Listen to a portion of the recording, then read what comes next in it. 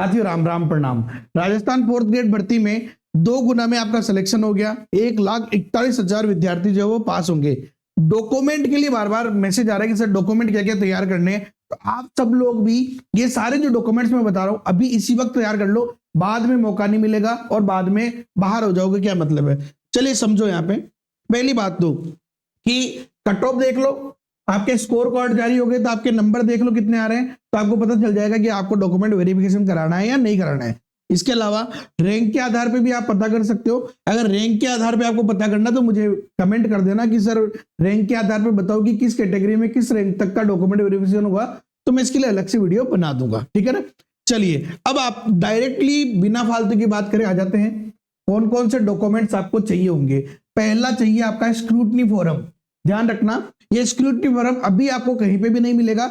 जब भी document verification के लिए नोटिफिकेशन आ जाएगा, डेट आ जाएगी, तो ऑनलाइन ये स्क्रूटनी फॉरम भरा जाएगा और उसकी 2 प्रति, ध्यान रखना 2 कॉपी आपको लेनी है। ऑनलाइन भरा जाएगा, बिल्कुल एग्जैक्ट भरना, सही भरना, ठीक है ना। और आपने अगर ओडीबी नहीं किया यानी डॉक्यूमेंट जो आपने अपलोड नहीं किया अगर ओटीआर पे, तो वो आप अपलोड कर देना एसओसो आईडी पे। बाकी स्क्रूटनी फॉरम जो है वो 2 कॉपी में आपका बढ़ने में आएगा। इसके अलावा आपकी 10th और 12th, ध्यान रखना दोनों की मार्कशीट चाहिए। क्यों? क्योंकि 10th की मार्कशीट आपकी जो है आयु और सब कुछ उसी से लिया जाता है, और 12वीं की मार्कशीट क्योंकि यहाँ पे योग्यता थी, तो दोनों यहाँ पे आपको लेनी है। साथ ही साथ जाति प्रमाण पत्र आपका होना चाहिए, ठीक है ना। अब देखो क्या होता है कि SC ST कैटेगरी में कोई प्रॉब्लम नहीं होती क्योंकि लाइफ टाइम वैलिड होता है, लेकिन ओबीसी और अदर कैटेगरी जो है वहां पे क्या है, वहां पे 3 साल तक उसको चलाया जाता है, 1 साल वैलिड होता है। अगर आपका 1 साल पुराना है, कब? जब आपने फॉर्म भरा था, उससे अगर 1 साल से ज्यादा पुराना नहीं है तो कोई प्रॉब्लम नहीं है, वही चल जाएगा। 1 साल से ज्यादा पुराना है तो आपको क्या करना पड़ेगा, तो वहां पे आपको एफिडेविट लगाना पड़ेगा, यानी उसको रिन्यू करवाना पड़ेगा। तो वो आपने करवाया होगा, तो ये जाति प्रमाण पत्र आपके पास होगा, वो लगवाना है। बाई चांस ऐसा कोई विद्यार्थी अभी भी है जिसने जाति प्रमाण पत्र पहले पुराना है, बहुत पुराना है, 6-7 साल पुराना है और अभी तक नहीं बनवाया है, तो भैया अभी भी बनाने के लिए डाल दो। और साथ ही साथ आपको एक एफिडेविट भी लगवाना पड़ेगा, है ना। कोर्ट से बन जाएगा वो एफिडेविट, वकील बना के दे देगा कि भैया जब मैंने फॉर्म भरा था तब भी मैं इसी जाति में था और अभी भी मैं इसी जाति में हूं, और ये पुराना और नया जाति प्रमाण पत्र में पेश कर रहा हूं, ठीक है ना। जो अदर कैटेगरी वाले हैं जैसे कि अपने ओबीसी वाले हो गए, ठीक है ना, या फिर जाति प्रमाण पत्र चल जाएगा, लेकिन जैसे जो ईडब्ल्यूएस वाले हैं उनके लिए आय प्रमाण पत्र भी चाहिए, ठीक है ना। तो आप आय प्रमाण पत्र भी बनवा लेना, या फॉर्म नंबर जो 16 होता है अगर गवर्नमेंट जॉब में तो वो भी आपको यहाँ पे चाहिए होगा, ठीक है ना। अगर आपके पिताजी गवर्नमेंट जॉब में है तो ध्यान रखना जाति प्रमाण पत्र पिता की आय के आधार पर बनता है। केवल ईडब्ल्यूएस महिला शादीशुदा जो कैंडिडेट है उनका पति और पिता दोनों के आधार पर रहता है। चलिए इसके बाद हम बात करते हैं आपका मूल निवास। आपका मूल निवास जो लाइफ में एक बार बनता है वो भी आपको लगाना है। आवेदन फॉर्म यानी जो 4th ग्रेड का आपने जो फॉर्म भरा था वो आपके पास पड़ा होगा, नहीं पड़ा है तो एसओसो आईडी से वो निकल जाएगा, तो वहां से आपको इसकी लेनी है। एडमिट कार्ड, जो भी आपने 4th ग्रेड का एग्जाम दिया इसका एडमिट कार्ड भी आपको रखना है। साथ ही साथ OMR की कार्बन कॉपी, साफ साफ लिखा गया है ना, एडमिट कार्ड में भी लिखा था कि जब तक आपका सिलेक्शन नहीं हो जाता, सिलेक्शन के बाद में भी कुछ समय तक आपको OMR की कार्बन कॉपी संभाल के रखनी पड़ती है। जो भी आरोप लग रहे हैं 10 लाख रुपए में OMR शीट बदलने का, मान लो किसी ने आपके ऊपर आरोप लगा दिया तो आपके पास क्या सबूत है फिर, तो वो कार्बन कॉपी जो है उसकी फोरेंसिक जांच होकर वो सबूत निकलती कि हाँ ये उस समय भरा गया था, ये उस समय का था, इसलिए आपकी OMR की कार्बन कॉपी होनी आवश्यक है। डिप्लोमा यानी अगर आपने जैसे मान लो कि जो भी आपने RSCIT कर रखी हो या और भी कोई डिग्री जो आपने ऐड कर रखी है, ठीक है ना, तो वो डिप्लोमा भी आपको साथ में लेना है। इसके अलावा चरित्र प्रमाण पत्र, यहाँ पे चरित्र प्रमाण पत्र अलग अलग बनेंगे। एक तो जो लास्ट संस्था है जहां से आपने एजुकेशन क्वालिफिकेशन करी है, मान लो अभी आपने 12th ही करी है तो 12th में जब आप वहां से TC लेते हो तो एक चरित्र प्रमाण पत्र दिया जाता है। मान लो कि आपने लास्ट BA करी है तो BSc दिया होगा एक कॉलेज से। मान लो आपने MA करी तो वहां से आपको चरित्र प्रमाण पत्र, यहाँ पे यानी कि जहां पे भी आपने रेगुलर लास्ट में पढ़ाई करी है और TC कटवाई है तो वहां से आपको चरित्र प्रमाण पत्र दिया होगा। नहीं है तो आप वापस जाके बनवा सकते हो। अगर आपके पास फोटोकॉपी है तो उसको अटेस्टेड करवा लेना वापस जाके, या नया बना दो। कोई नया नहीं बना दो वैसे कोई बात नहीं, इसको अटेस्टेड करवा लो, ठीक है।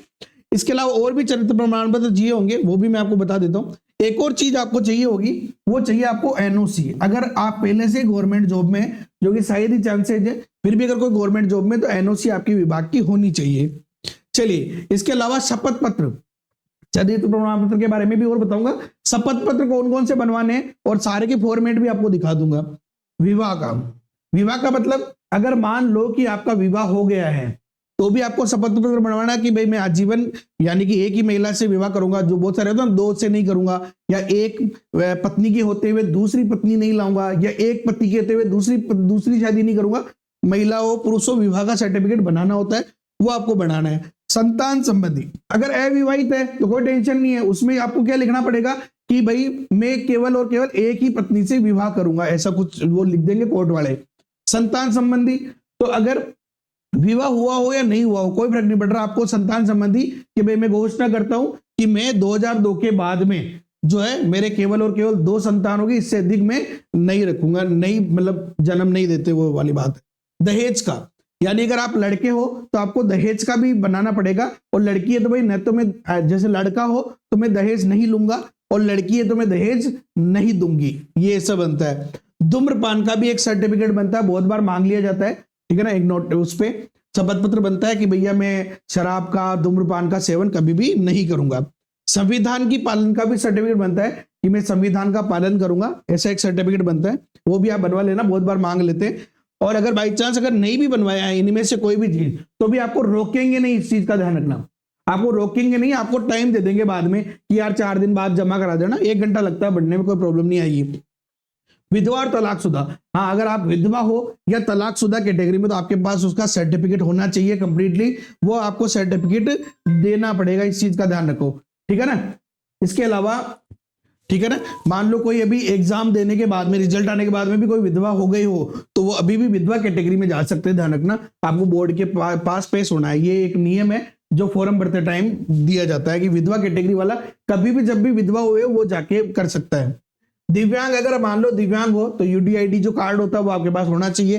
खेल, मान लो आपके पास में जो भी खेल से आप लगे हो तो उस खेल का सर्टिफिकेट आपके पास होना चाहिए। अगर आपकी किसी डॉक्यूमेंट्स में गलती है तो क्या करना है आपको, मान लो कि आपके डॉक्यूमेंट्स में 12th की मार्कशीट में नाम गलत है तो आपको एक सर्टिफिकेट जो है शपथ पत्र बनवा लेना है कोर्ट से कि भैया मेरे 12th में ये मेरे नाम में ये गलती है, जबकि 10th के आधार पर मेरा नाम ये है, ठीक है ना। तो ये आपको शपथ पत्र बनवा लेना ताकि आपको कोई प्रॉब्लम नहीं हो। इसके अलावा देखो फॉर्मेट और बता देता हूं मैं आपको, चरित्र प्रमाण पत्र इस प्रकार का बनेगा।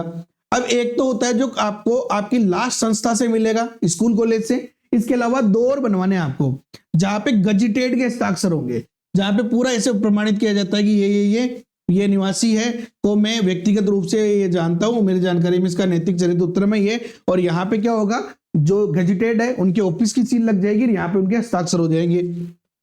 इसके अलावा एक ये सामान्य घोषणा होती है,